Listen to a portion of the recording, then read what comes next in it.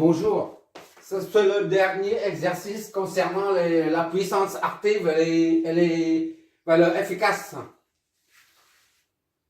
Dans l'exercice précédent, on a eu affaire à une source de tension qui est 7 plus 8 sinus de T. Voilà. Ça, c'est équivalent à une source de tension continue de 7 volts plus une source de tension alternative de VTL à 8 sinus de T. D'accord? Ça, c'est VCC, VTL à 7 volts. 7 plus ça. D'accord? Et l'ensemble donne la tension somme.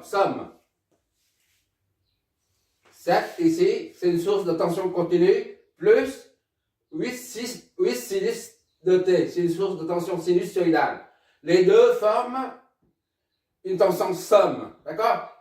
Ici, on a, au lieu d'avoir 7, on a 4 cosinus T, plus 5 sinus T. C'est une superposition de deux sources de tension encore. D'accord? Et l'ensemble forme ça. 4 cosinus T plus 5 sinus T. Ce circuit et ce circuit, c'est le même circuit. D'accord?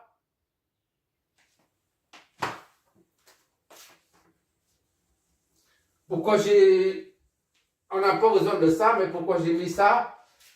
Parce que pour anticiper, bientôt on va aborder les courants et les tensions harmoniques. Et en matière de courants harmoniques ou des tensions harmoniques, on doit décomposer en différents harmoniques. Harmoniques de rang n, n plus 1, n plus 2, n plus 3, ainsi de suite. D'accord? Cet exercice permet d'anticiper un peu. Mais pour les courants, l'étude des harmoniques, on doit connaître les séries de Fourier. Mais après ça, on verra pas tout de suite les harmoniques. On verra les transformateurs. Revenons à notre sujet. Maintenant, il faut trouver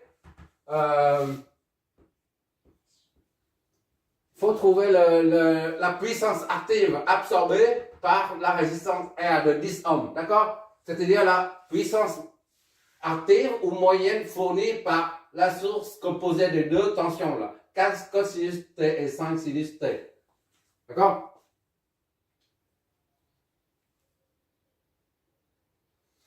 On y va. Pour ça, on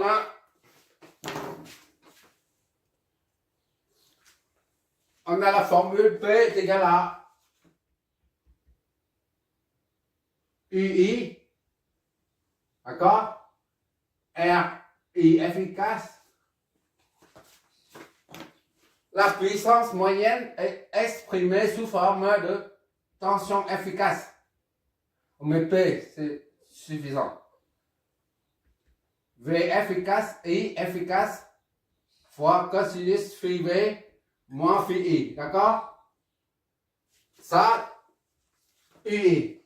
Puisque la résistance est purement résistif. L'élément résistif, l'élément est résistif, là. Ça devient 0. VF fois IF fois cosinus de 0, ça donne 1, d'accord? VF, IF fois 1. Donc, VF, IF. Autrement dit, la puissance active ou moyenne est exprimée en fonction de la tension efficace et du courant efficace. P est égal à VF, IF, d'accord? RI. V est égal à RI. I efficace. Et ça fois I efficace, d'accord? Donc, RI efficace au carré. Ou alors, I efficace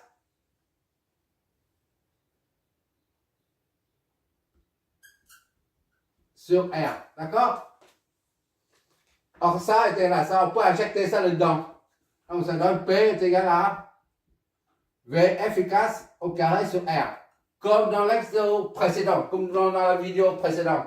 On se sert de cette expression pour calculer la puissance moyenne ou la puissance active.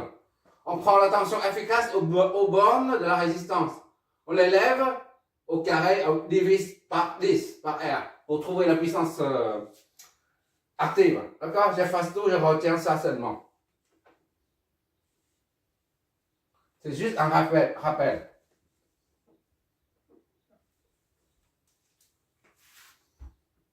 P est égal à V efficace au carré divisé par R. Voilà notre formule. V efficace se trouve à ce niveau-là. C'est la même chose que ça. Voilà. V efficace. D'accord? Ça, c'est la même chose. D'accord?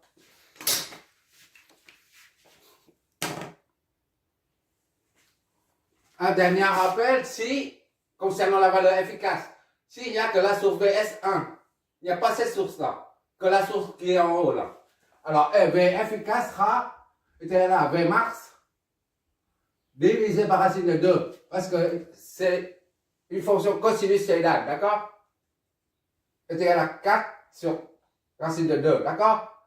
Et s'il n'y a pas cette source, il n'y a que cette source, alors VS, V efficace est égal à VS1 efficace. D'accord? Et s'il n'y a pas cette source-là, il n'y a que cette source-là, alors V efficace sera égal à ça.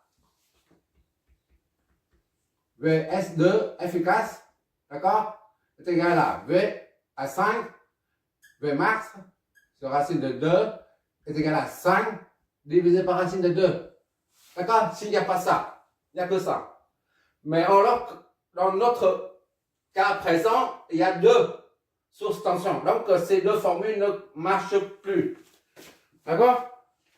Ça, c'est pour une seule source de tension, cosinussoïdale ou sinusoïdale. Là, en l'occurrence, on a deux sources. C'est une somme des deux. Donc, il faut chercher la valeur efficace d'une autre façon. On utilise donc la formule générale pour trouver la valeur efficace. V efficace ou I efficace, maintenant on cherche V efficace. Donc, on utilise la formule générale. V efficace est égal à 1 sur T, intégrale de 0 à T, d'accord? Vt au carré dt. Tout ça sous la racine de 2. Voilà. C'est la formule générale. Maintenant, il faut injecter ces deux-là. On regarde ça ici, là. On injecte ça, c'est la même chose que ça, plus ça. D'accord? Donc, on injecte V somme T, là, c'est-à-dire ça, plus ça. On remplace Vt par la somme des deux, là. On injecte les deux là-dedans. On l'élève au carré et on fait l'intégrale de 0 à T. D'accord? Pour trouver Vf.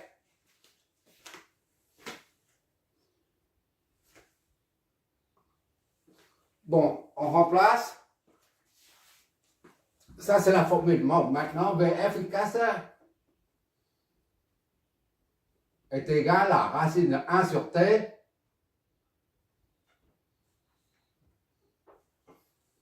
intégrale de 0 à T. Vt, c'est ça. Tout ça. Ou ça plus ça, c'est la même chose. D'accord? De 4 cosinus de T plus 5 sinus de T. D'accord? Tout ça fois dt. La quantité infinitésimale. Sans cette quantité, on ne peut pas intégrer. D'accord?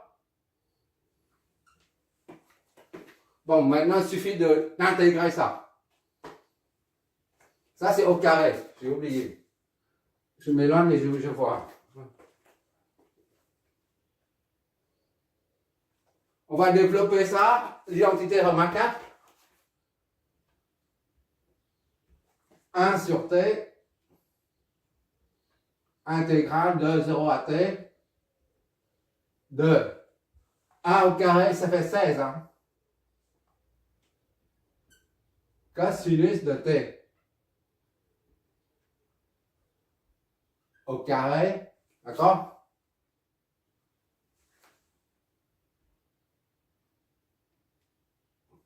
Deux fois 4, 2 fois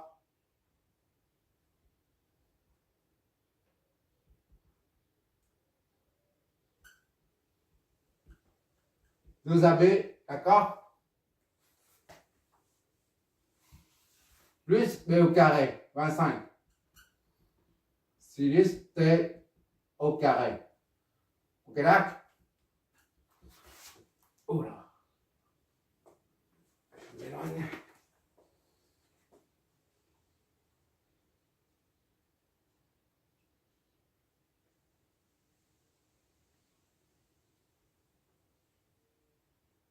Voilà. Ça nous donne quoi? 25.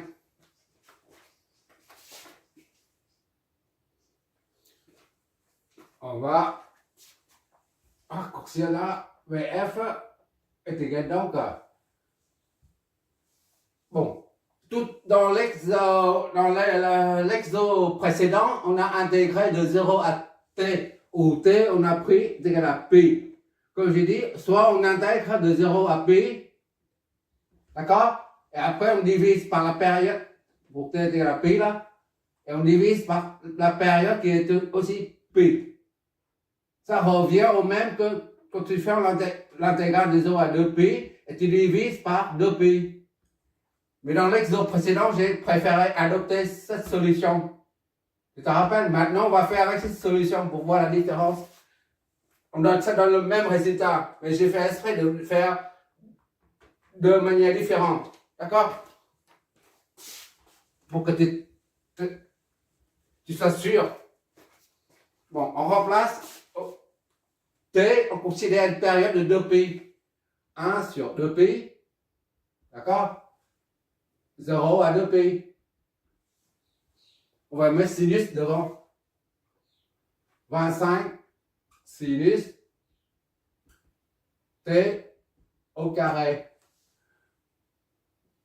Plus 10, 40 sinus T cosinus T. Ok, d'accord? Plus 16 cosinus de T au carré. Tout ça dt. Et racine. Hop là. Ah, c'est crado. Voilà. 40 sinus fois cosinus T, 16 cosinus T au carré. Ok.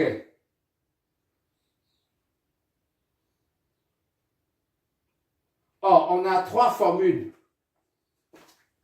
3 identités remarquables pour l'une pour celle-là, l'autre, le deuxième, le troisième pour ça, pour faire les intégrales. Or, l'intégrale de sinus de AX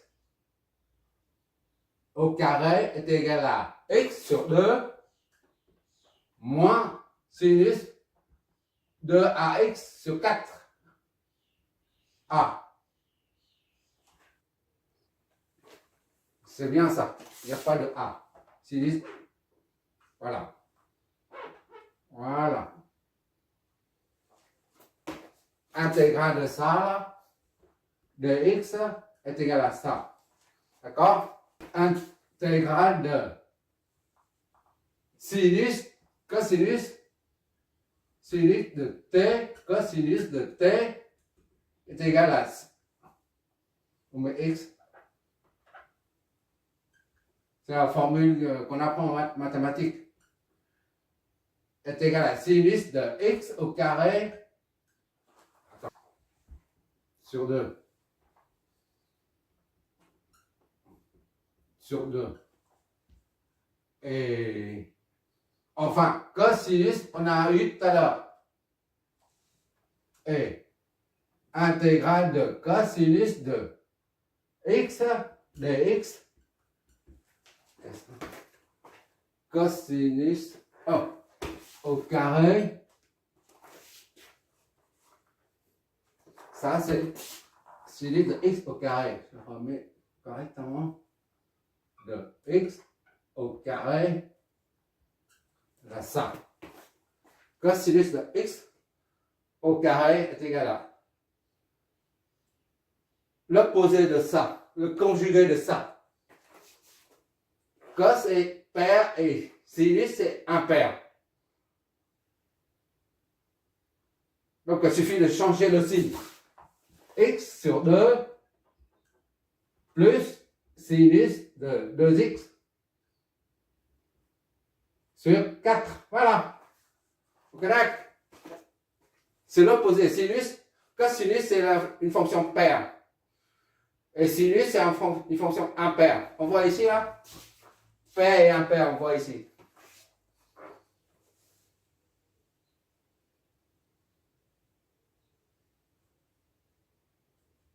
Bon, il suffit de remplacer tout ça dedans. Disons, ça, c'est 1. Maintenant, on remplace dedans VF. Et donc, égal à 1 sur 2pi, 0 à pi, 0 à 2pi. Cette fois-ci, on prend la période comme 2pi. On a dit tout à l'heure, 25 fois 25 multiplié par intégrale de ça. C'est-à-dire multiplié par ça. D'accord? Somme intégrale d'une somme est égale à la somme des intégrales. D'accord? Est égal à la somme de cette intégrale de cette intégrale plus cette intégrale plus cette intégrale. C'est pour ça qu'on dit là, l'intégrale d'une somme est la somme des intégrales. Maintenant, la somme de cette intégrale là, c'est ici. D'accord? 2, ça va être t, ça remplace x là. T sur 2. D'accord? Moins sinus de 2 x et t sur 4. D'accord? Plus 40 fois intégrale de ça. Sinus t, cosinus t. C'est là. Sinus t au carré. Ça, c'est au carré, d'accord? Sinus t fois sinus t au carré. T sur 2 au carré. D'accord? Plus 16 fois cosinus intégrale de ça. C'est-à-dire t sur 2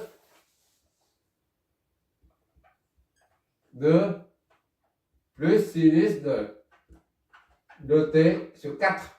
Voilà.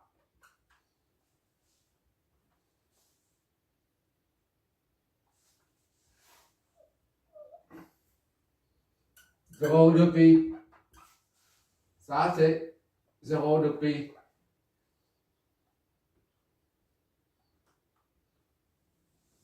Voilà. Je ne fais pas d'erreur. Il m'éloigne. En s'éloignant, on voit, on oublie. 25 fois sinus au carré, c'est tous. Sinus carré, c'est 25 t sur 2. 25.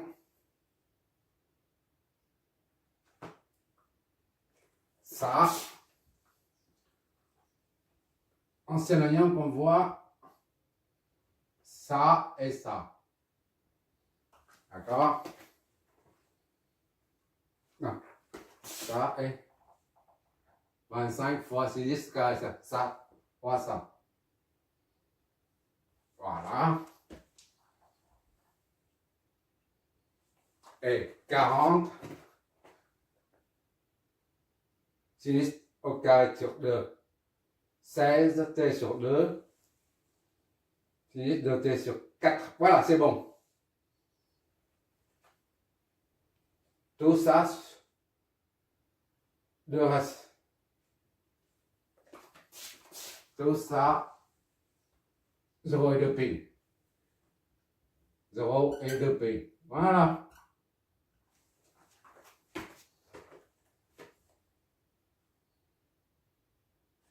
Bon, qu'est-ce que ça nous donne? VF est égal à 1 sur 2 pi. D'accord? 12,2 T.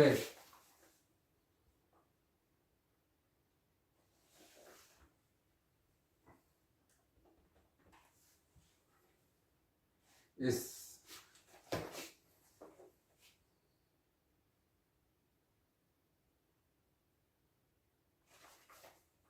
oh, je ne vois pas du tout. 25 divisé par 4, 6, 25. Sinus de t. D'accord? Plus 20 sinus t au carré. D'accord? Je me demande, je ne vois pas du tout. Ça et ça. Là, c'est 20 sinus t. D'accord. Plus 8 t plus 4 sinus de t. Voilà. Tout ça, 0 à 2pi.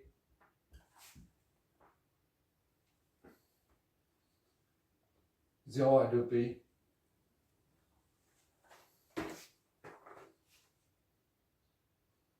On simplifie.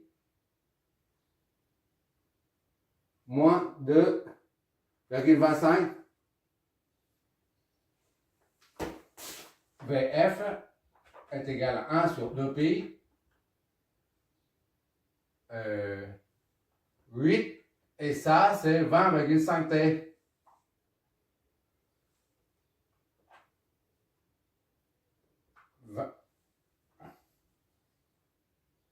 20,5t. D'accord? Le t, ça fait moins 2,25 sinus de t. Ça et ça. Moins 2,25 sinus de t et plus 20 sinus t au carré. D'accord? 0 à 2pi.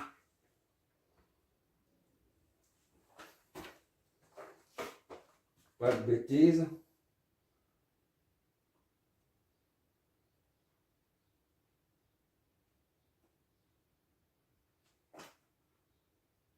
Voilà, maintenant il suffit de remplacer dedans et puis on trouvera le. Tu vois là, même la dernière ligne. Non, je passe de l'autre côté. Bon, VF, de l'autre côté, ça donne VF. Et donc, est égal à 1 sur 2pi fois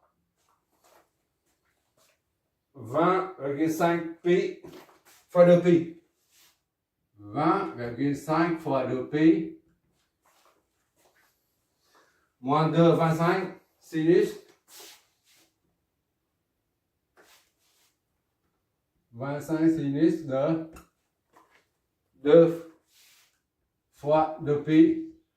Tu vois, c'est un peu lourd à gérer quand on met 2pi.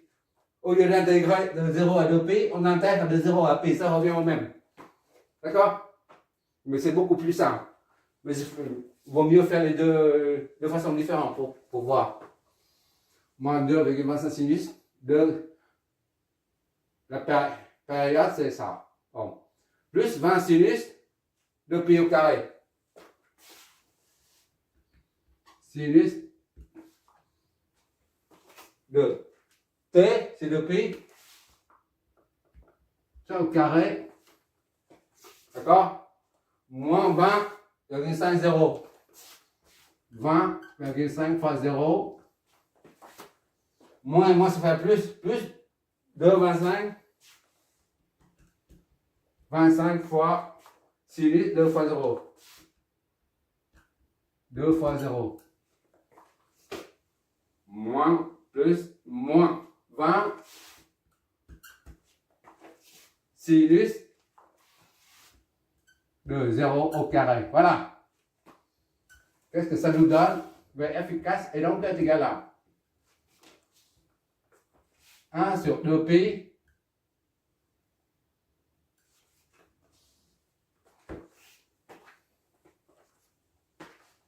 ça donne 2, ça fait 41. 41pi, d'accord? Sinus de 4pi, c'est 0. Ça donne 0. Sinus de 2pi, c'est 0 aussi. Ça donne 0. D'accord? 2pi, c'est 0. Au carré, 0 fois 0. Là, c'est moins 0. Sinus de 0, ça donne 0. Ça donne plus 0. Et ça, c'est moins 20 fois sinus 0, c'est 0 aussi. 0. Qu'est-ce que ça nous donne? C'est égal à 1 sur 2pi. D'accord? Racine de ça, 41pi. 41pi. Est égal à racine 41 sur 2. D'accord? Ça donne combien ça?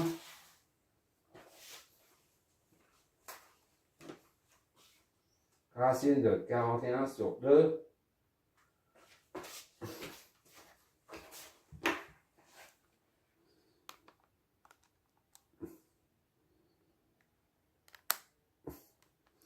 En décimale,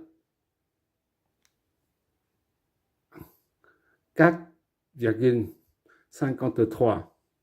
D'accord? V efficace et donc est égal à 41 sur 2, 4,5, 28 ou 4,53. Vol efficace. Voilà. V efficace, c'est ça. Voilà. Maintenant, on déduit la puissance.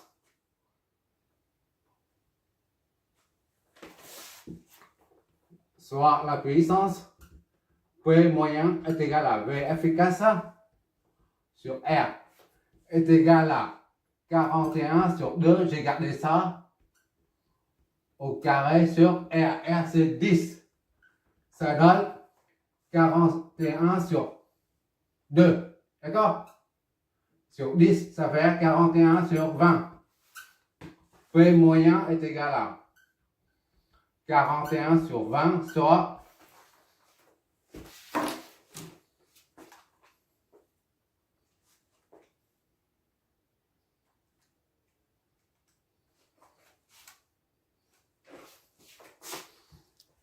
voilà. Voilà. 1, 2,05 watts. Ok. 41 sur 20. 0,5 watts. 0,5 watts. Voilà. C'est terminé. Tu regarderas le résultat des simulations, d'accord? Tension efficace, c'est ça. Pour trouver I, eh ben, P est égal à I. P moyen là est égal à V efficace fois I efficace. Donc I efficace est égal à P moyen sur V efficace. Soit 41 sur 20 divisé par V efficace, racine de 41 sur 20. 2, voilà. Donc I efficace sera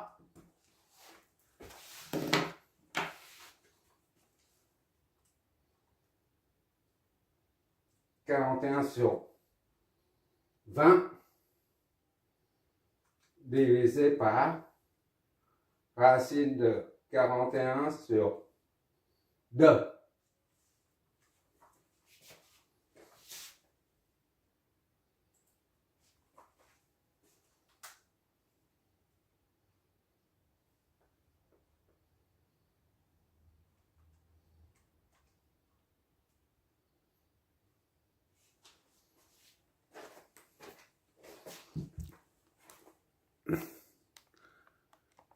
Vu ça, alors ça est multiplié par racine de. Ça c'est en décimale, d'accord? Et multiplié par racine de 2, c'est pour avoir l'amplitude. L'amplitude c'est, voilà, efficace c'est 0,45. Voilà. Marseille, Crète, c'est 6,64. Bon, la valeur efficace, c'est 0,453 ampères efficaces. Y est égal à IF fois racine de 2. 0,433 racine de 2, 453 racine de 2. Et Marseille,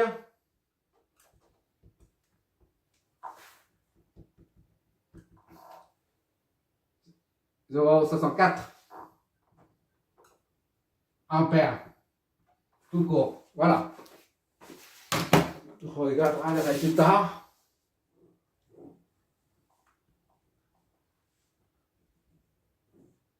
Voilà.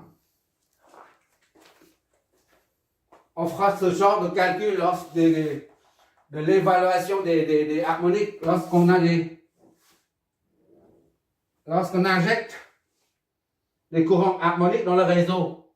Au lieu d'avoir le EDF, nous fournit un signal parfait, sinus-signal parfait. D'accord? Mais pour une raison ou une autre, à cause de la présence de l'électronique, bah, on verra ce genre de signal, hein, un peu de n'importe comment. Ah. Voilà. Pour ça. Voilà. Et ça, c'est taché d'harmonique. Il y a plein d'harmoniques dedans. Et ça, on peut décomposer avec via les séries de Fourier en une somme de plusieurs termes. D'accord? On verra le moment venu. Ça, c'est juste pour que tu vois ce que c'est la somme de deux sources.